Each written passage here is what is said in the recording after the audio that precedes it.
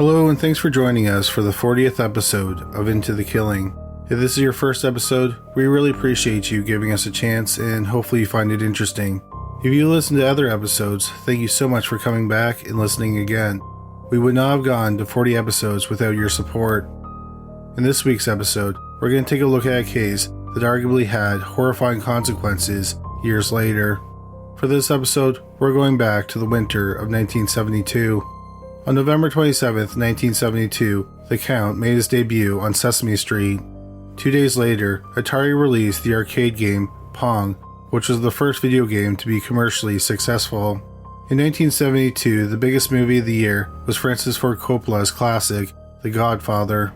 But in early December, the number one movie was the biographical drama film Lady Sings the Blues, which is loosely based on the autobiography of jazz singer Billie Holiday. The song that was at the top of the Billboard charts was I Am a Woman by Helen Reddy.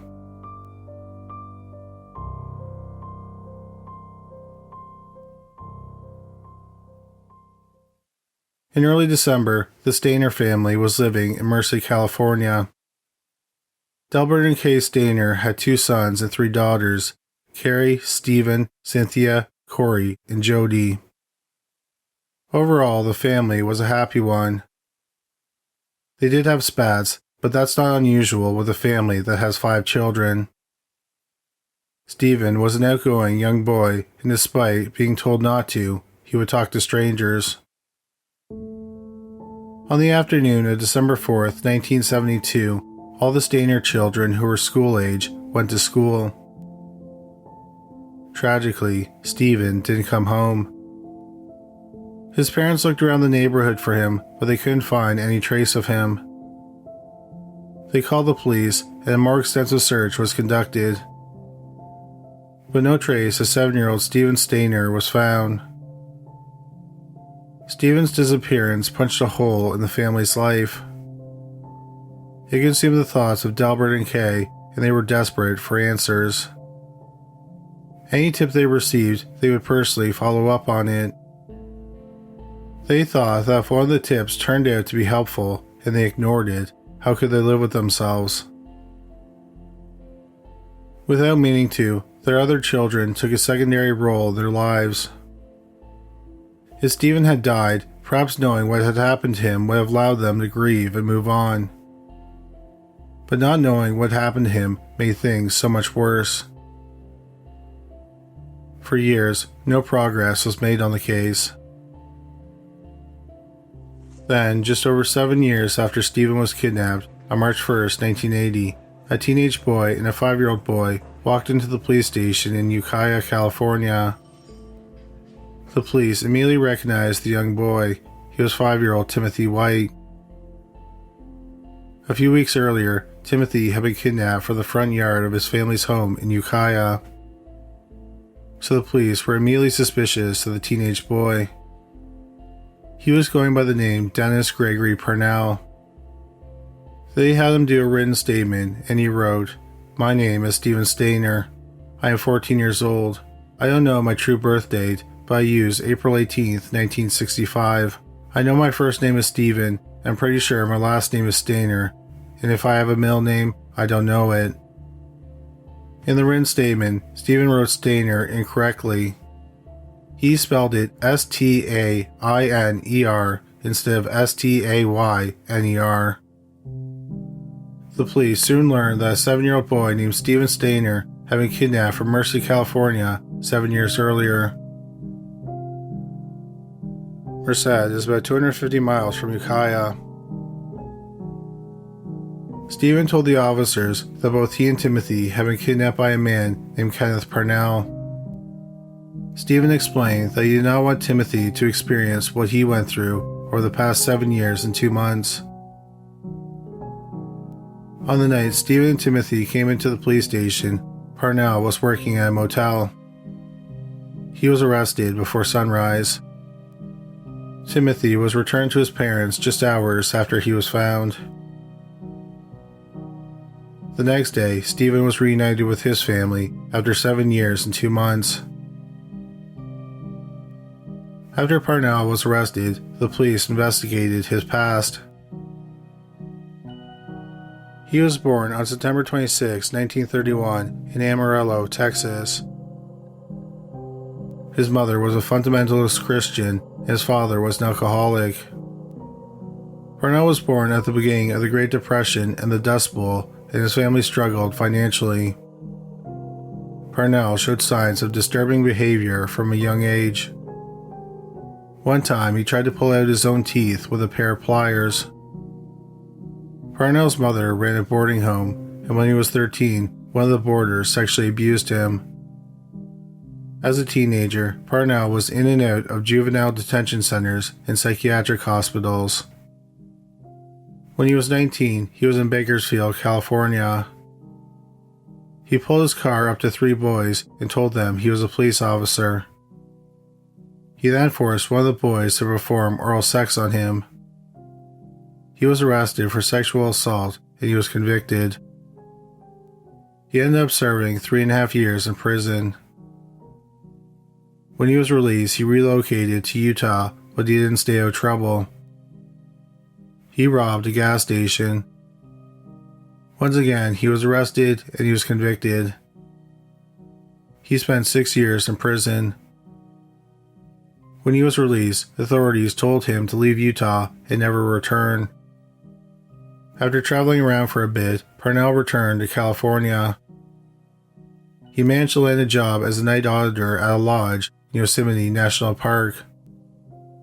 While working at the lodge, he befriended a man named Irvin Murphy. They formed a bond over the fact that they were both abused as children. Murphy had an intellectual disability. Parnell lied to Murphy and told him he was studying to be a preacher. He also said that he knew that several children in nearby Merced were being abused. He said he wanted to take one of these boys and raise them as his own.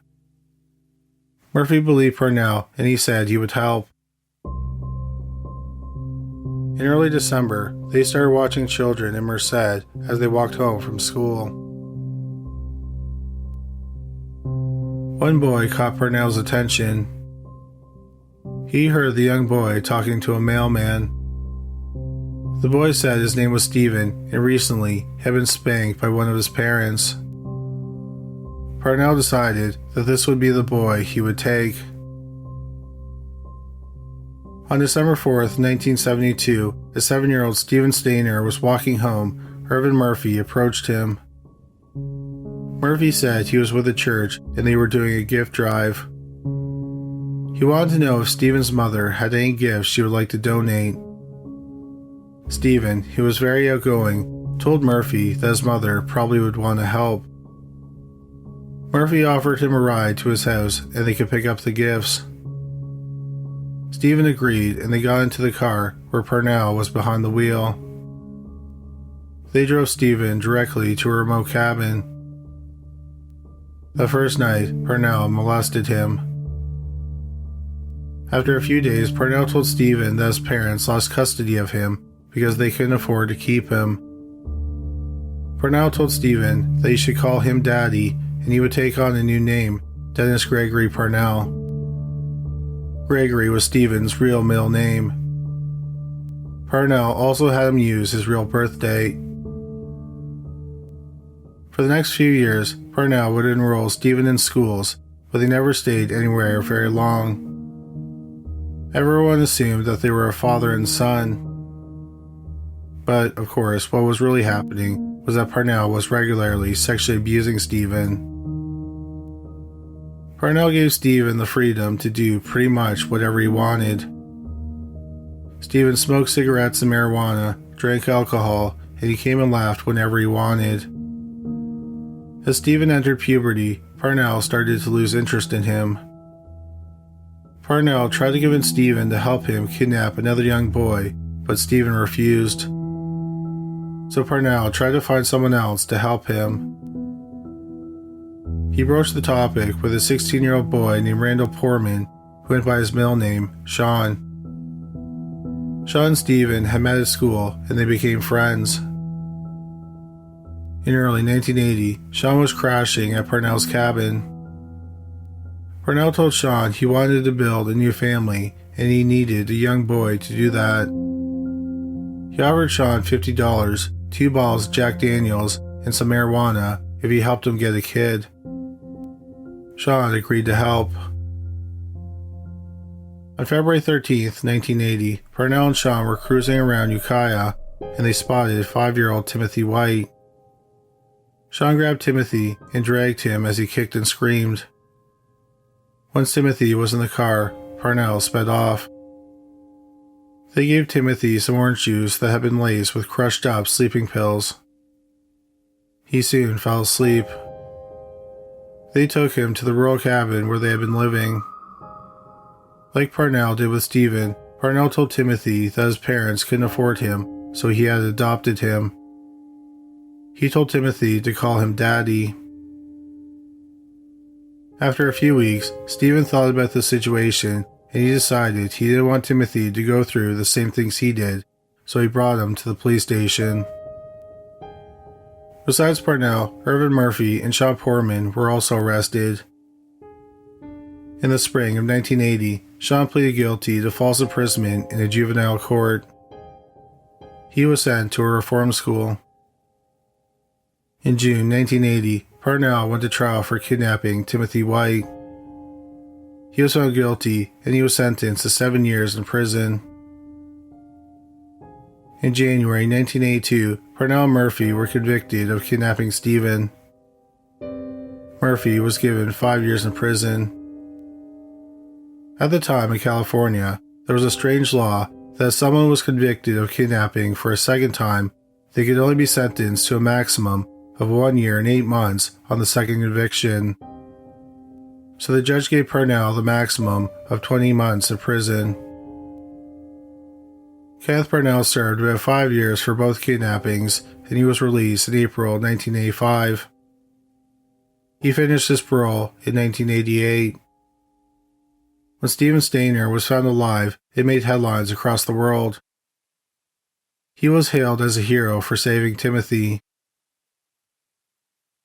We're just going to take a break from our podcast to bring you a word from our sponsor, Thrive Cosmetics. I've never actually worn cosmetics myself. It's not because I don't think that men shouldn't wear makeup. One of my favorite bands of all time is The Cure, and where would those guys be without eyeliner and lipstick? So I can't speak for Thrive Cosmetics products myself, but I know that my wife and administrative assistant absolutely adore the products. They were so excited when they heard they were going to sponsor this podcast. Also, while I may not use their products, I absolutely love Thrive Cosmetics' approach to business. Their products are never tested on animals. They're Leaping Bunny and PETA certified as 100% vegan and cruelty-free. Not only that, but they also have an amazing mission that is bigger than beauty. For every product they sell, Thrive Cosmetics donates to help survivors of domestic abuse, women emerging from homelessness, and women who are fighting cancer. So they're helping women look their best, and they're helping women thrive. While they have some amazing business practices, I've been told their products are also outstanding. For example, their Brilliant Eye Brightener makes it look like you've had a good night's sleep, even if you only caught a few winks. It's available in 13 universally flattering, shimmering shades. My wife uses it, and she looks great. Another product my wife really likes is the Defying Gravity Eye Lifting Cream. It softens, soothes, and moisturizes the skin and instantly reduces the appearances of dark circles and puffiness. I think that my wife always looks beautiful, but I will admit she does look even better when she's wearing Thrive Cosmetics. I love everything about Thrive Cosmetics. Their products are the best, and their bigger than beauty mission is truly inspiring. You're going to love them as much as I do. Visit thrivecosmetics.com/listed for 15% off your first order. This is an amazing exclusive offer you can only get here. That's Thrive, CAUSEMETICS.com/listed for 15% off your first order. thrivecosmetics.com/listed. Unfortunately, Steven had major problems when he returned home. When he was kidnapped, he was 7 years old. In his parents' mind, he was still a young boy. But Steven felt very much older than his actual 14 years. He drank alcohol and he smoked, and he was used to living without rules. He did go to counseling for a while, but he didn't stay with it. He absolutely refused to talk about the years of sexual abuse he endured. He was bullied at school. Other kids made fun of him because he had been sexually abused. To help him cope with his problems, Steven drank and smoked marijuana. He eventually dropped out of school. Things at home were rough as well. Steven and his father argued often. In 1985, the same year that Parnell was paroled, Steven was kicked out of his family's home. Steven eventually turned his life around. When he was 20, he got married to a woman named Jody. Jody gave birth to a daughter, Ashley, and a son, Steven Jr. Becoming a father gave Steven a whole new perspective on his own kidnapping. He started to volunteer with organizations that searched for missing children, and he talked to school children. In May 1989, NBC broadcasted a two-part miniseries about Steven called I Know My First Name is Steven. Steven served as an advisor on the miniseries. Months later, in September 1989, Steven was living in Merced with his family. He was working at a pizzeria. On September 16, 1989, Steven was riding his motorcycle home. He collided with a car that was backing out of a driveway. Steven wasn't wearing a helmet and he suffered a major head injury. He died an hour later in the hospital. He was just 24 years old. The driver of the car fled the scene, but he was eventually arrested and sentenced to 3 months in jail for leaving the scene of an accident. Tragically, Steven's untimely death was not the end of the saga for the Stayner family. In early 1999, 42-year-old Carol Sun was living in Eureka, California with her family. Carol had a friend who lived in Argentina, and her friend sent her 16-year-old daughter, Silvina Peluso, to live with Carol and her family for 3 months. Silvina was planning on heading home at the end of February 1999. Carol wanted to do something fun before she went back. Also, her daughter, 15-year-old Julie, had become close friends with Silvina. So Carol planned for them to go hiking in the Yosemite Valley. On February 14, 1999, the trio drove a rental car to Yosemite Cedar Lodge, which is a motel near El Porto, California. The next day, they enjoyed a day of hiking, and then they returned to the lodge. That night, they planned on watching a movie. They were planning on leaving the next morning. They were supposed to go to San Francisco to meet Carol's husband and Julie's father, Jens. When they didn't meet up with Jens, he figured that there was a scheduling problem and he would eventually catch up with them. But when he didn't hear from the trio by the next day, he became concerned.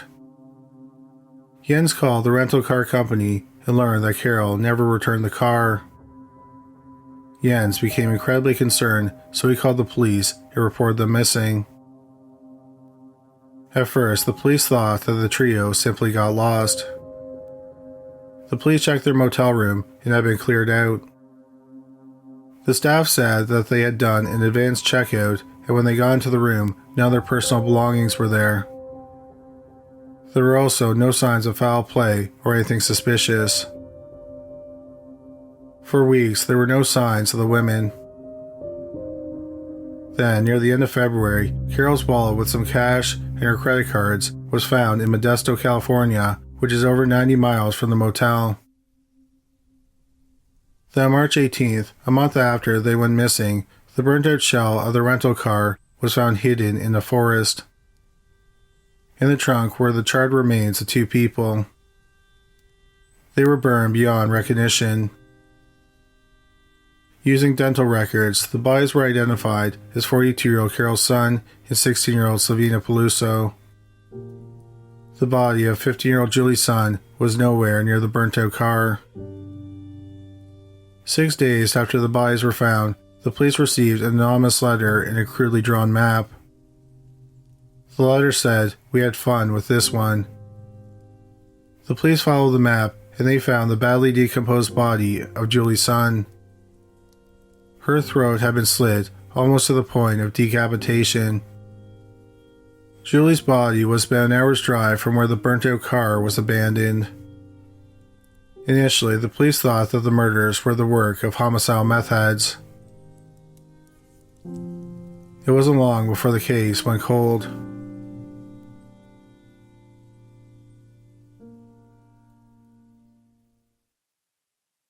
Months later, in July 1999, 26-year-old Joey Ruth Armstrong was living in a cabin on the edge of Yosemite Park with her boyfriend and her roommate.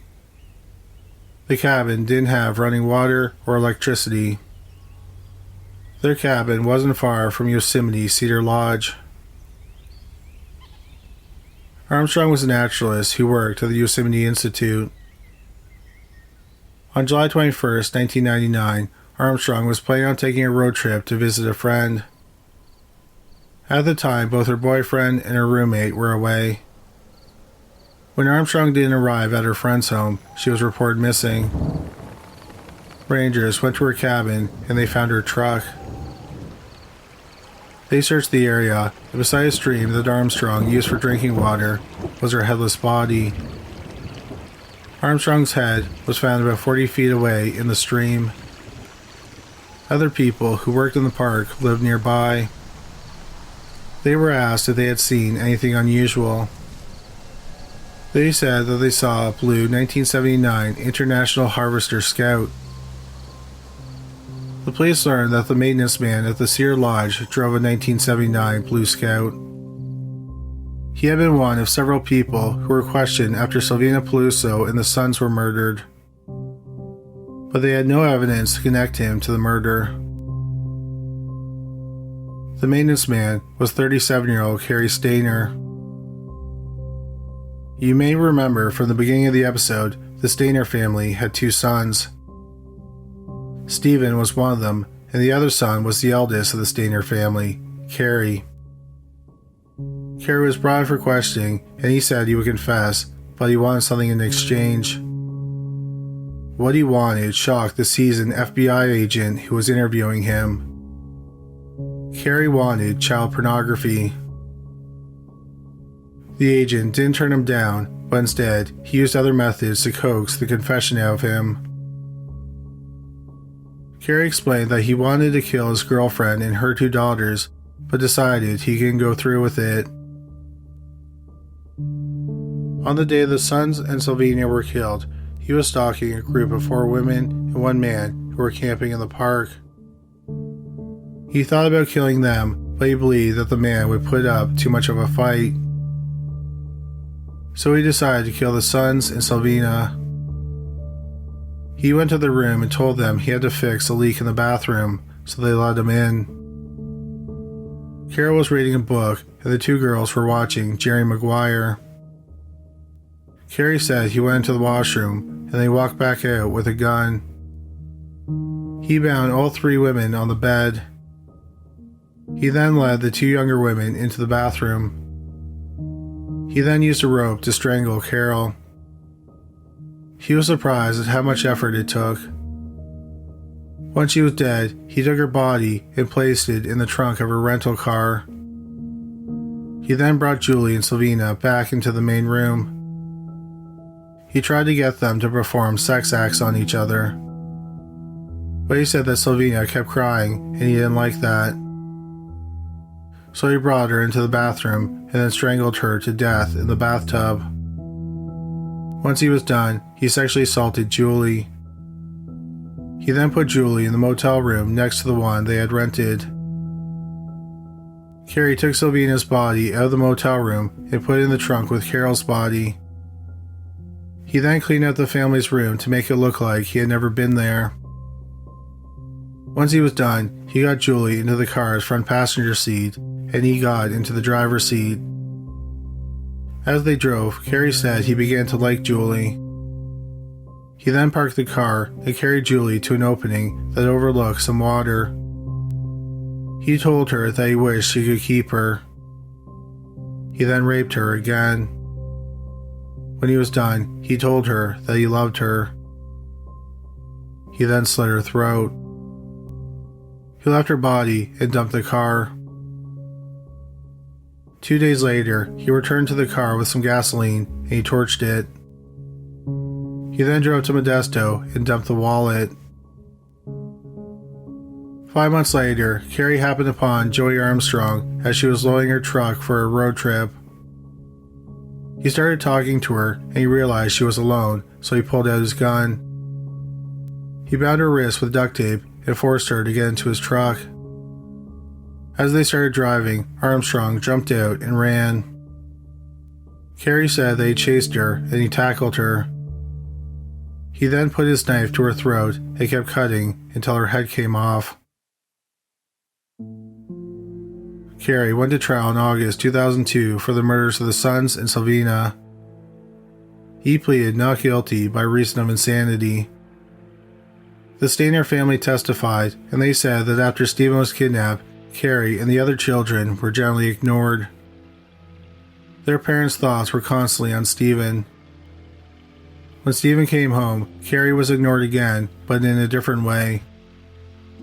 At first, Steven was a celebrity, and his parents were joyous that he had returned. Then, his parents spent too much time dealing with Steven's behavioral problems. The Stayner family also said that when Carrie was young, he was sexually abused by his uncle, Jesse Stayner. Then, after Steven's death, Carrie fell into a deep depression. The trial lasted several weeks, and the jury deliberated for 6 hours. Carrie Stayner was found guilty of all 3 murders. In December 2001, he was sentenced to death. Carrie never went to trial for Joey Armstrong's murder, but the authorities have no doubt he committed the murder. The police also think it's quite possible he killed someone else. In 1990, 29-year-old Carrie was living with his 42-year-old uncle, Jesse Stayner. Jesse was the one who supposedly sexually abused him. On the day after Christmas, 1990, Jesse was found shot to death in his home. Carrie had an alibi for the time of the murder, and he was eliminated as a suspect. But after he was arrested for murdering the 4 women, the police think it's very likely that he also killed his uncle. At the time of this recording, Carrie Stayner is 60 years old, and he's on death row at San Quentin State Prison in San Quentin, California. Unfortunately, this is not the end of this disturbing story. In January 2003, 71-year-old Kenneth Parnell was arrested. He had asked a woman who made deliveries to his home to help him buy a 5-year-old boy and get his birth certificate. He would pay her $500 for the boy. In February 2004, Parnell was found guilty of soliciting a crime, trying to buy a human, and attempted child stealing. He was sentenced to life in prison. Kenneth Parnell died on January 21, 2008, at the age of 76. Finally, there is Timothy White, the second boy that Parnell kidnapped. Tragically, on April 1, 2010, he suffered a pulmonary embolism and he died. He was just 35 years old. He left behind a wife and 2 children.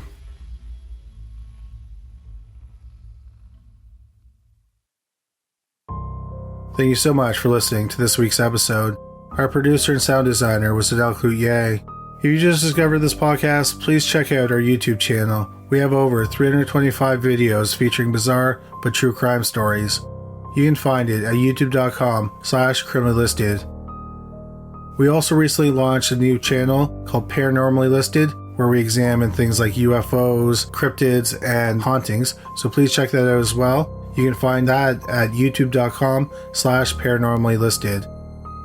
Well, that's all for today. Thank you so much for listening. Please take care of yourself and stay safe.